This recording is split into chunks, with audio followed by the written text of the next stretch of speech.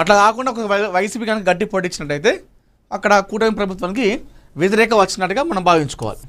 కానీ ఎక్కువ శాతం మాత్రం అక్కడ కూటమిలో ఉన్నటువంటి అభ్యర్థులే గ్రామ పంచాయతీ ఎన్నికల్లో సత్తా చాటే అవకాశం అయితే కనిపిస్తూ ఉన్నాయి.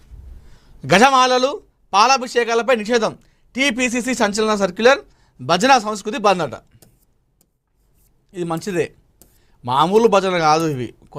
కొందరు ఉంటాయి భజనలు, అది మామూలు భజనలు కావు. అంటే ఎంత ఎక్కువ ఫ్లెక్సీ, ఎంత పెద్ద దండెత్తే అంత పెద్ద భజన చేసినట్టు లెక్క.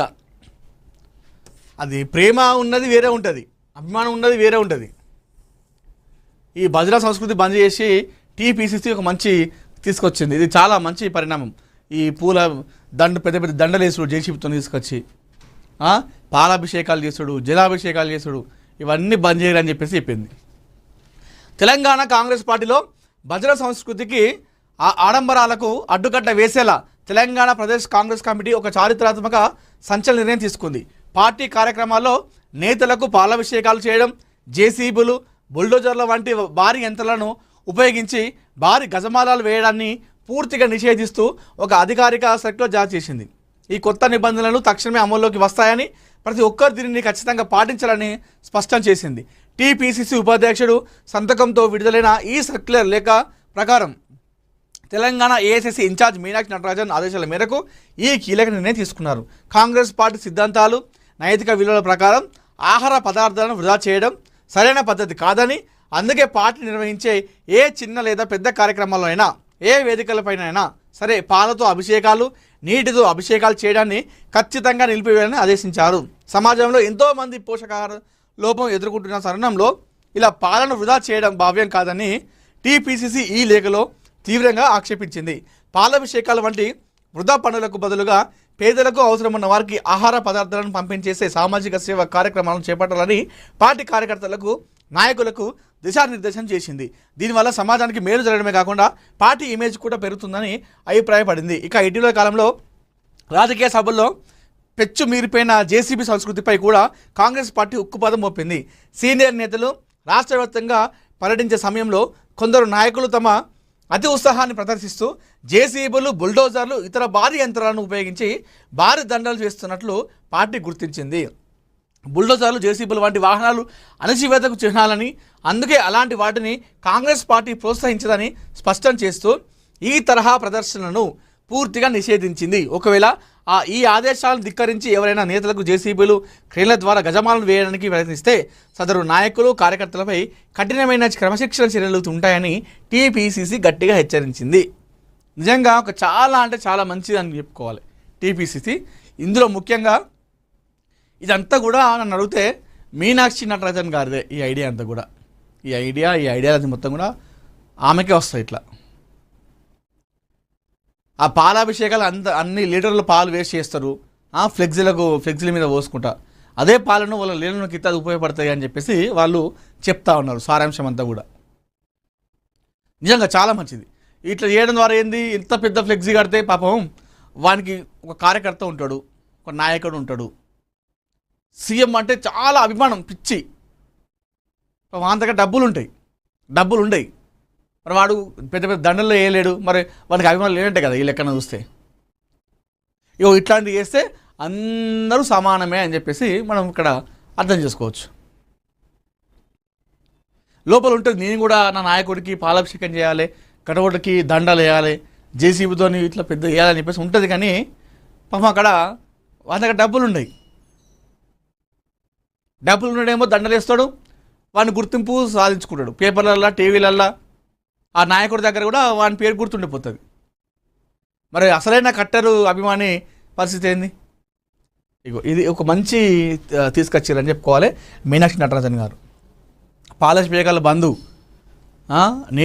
నీళ్లు వేస్ట్ చేయడము, అదేవిధంగా జేసీబీ, బుల్డోజర్లు తీసుకొచ్చి పెద్ద పెద్ద దండలు వేయడము, అవన్నీ వేస్తే మాత్రం కాంగ్రెస్లో ఇక్కడ నుండి కార్యకర్త కానీ నాయకుడు కానీ ఇంకొకసారి పూలదండలు తీసుకొచ్చి చేయడం, పెద్ద పెద్ద పాలాభిషేకాలు చేయడం లాంటివి చేస్తే మాత్రం వారిపైన క్రమశిక్షణ చర్యలు తీసుకుంటామని చెప్పేసి అధిష్టానం చెప్తా ఉంది. మరి ఇప్పటికైనా కాంగ్రెస్ కార్యకర్తలు అర్థం చేసుకోండి. కొంతమంది అత్యుత్సాహం చూపిస్తూ ఉంటారు కావాల్సుకొని. అందరు కాదు, కొంతమంది చెప్తా ఉన్నా. సో మీ అత్యుత్సాహంతో ఆ విధంగా చేస్తే మాత్రం ఖచ్చితంగా మీ పైన కాంగ్రెస్ పార్టీ అధిష్టానం చర్యలు తీసుకుంటుందట. మీరు 40 సంవత్సరాల సీనియరా 50 సంవత్సరాల సీనియరా అని చూడదు. ఎందుకంటే వాళ్ళు ఆల్రెడీ ఒక లేఖ ఇచ్చారు కాబట్టి దాని ప్రకారం నడుచుకోకపోతే క్రమశిక్షణ చర్యల కింద మిమ్మల్ని తీసేసే అవకాశాలు ఉంటాయి, పార్టీ నుండి సస్పెండ్ చేసే అవకాశాలు ఉంటాయి. కాబట్టి జర జాగ్రత్తగా మెదలని చెప్పేసి చెప్తా ఉన్నాం.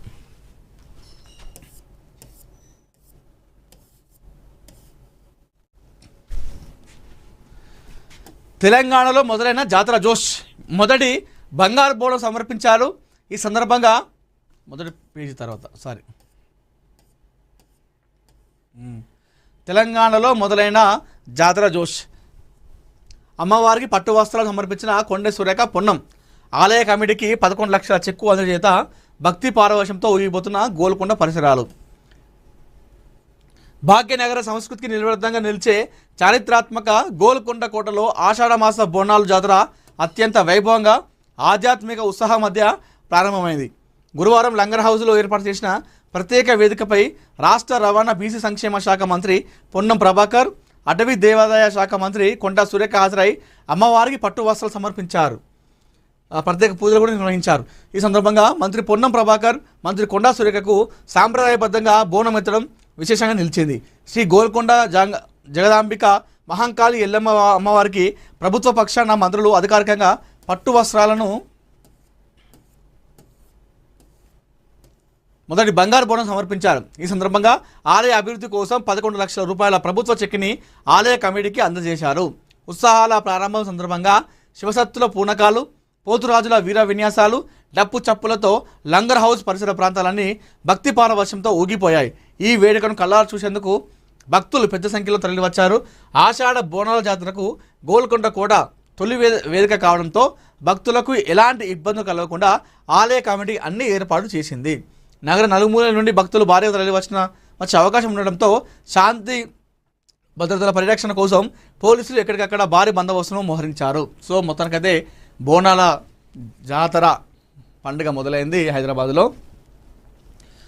బోనాల పండుగ జోరుదారు ఆడుకుంటూ డప్పు చప్పులతోని పోతురాజుల డ్యాన్సులతో పాటుగా నిన్న మన మంత్రులు నాయకుల డ్యాన్స్ కూడా అక్కడ అందరినీ ఆకట్టుకునేలా చేసింది. ఇక మన మంత్రి పొన్నం ప్రభాకర్ గారు అయితే మొత్తం ఇక శివసత్తులు అయితే ఏ విధంగా ఊగిపోతారో ఆ విధంగా ఆ పోతురాజుల యొక్క అది పట్టుకొని వీరగోలు పట్టుకొని వీర విన్యాసం కూడా చేయడం జరిగింది.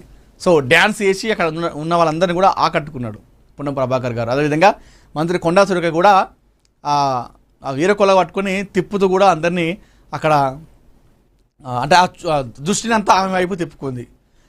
జూబ్లీస్ ఎమ్మెల్యే నవీన్ కుమార్ యాదవ్ అయితేనేమి, ఖైరతాబాద్ ఎమ్మెల్యే దానం నాగేంద్ర గారు అయితేనేమి, ఇట్లా అందరూ కూడా నాయకులు మొత్తం కూడా వచ్చి అక్కడ డ్యాన్సులు చేయడం జరిగింది. ఈ మొత్తం ఎంటైర్ డ్యాన్స్లో పొన్నం ప్రభాకర్ అన్న డ్యాన్స్ అయితే నాకు మంచి అనిపించింది. మస్తు చేసిండు ఆ డ్యాన్స్ అయితే. అంటే నిజంగా పూనకాలు వచ్చినట్టే డ్యాన్స్ చేసిండు నిన్న బోనాల జాతరలో మొత్తం కూడా. సో నిన్న ఎక్కడెక్కడ జరిగిండో అన్ని బోనాల కాడికి వేయండు పొన్నం ప్రభాకర్ అన్న పోయి అక్కడ కొండ సురేఖ గారు పోయి అక్కడ దేవులకు పూజలు చేసి అక్కడ కార్యక్రమాల్లో పాల్గొనడం జరిగింది. సో మొత్తం పొన్నం ప్రభాకర్ గారు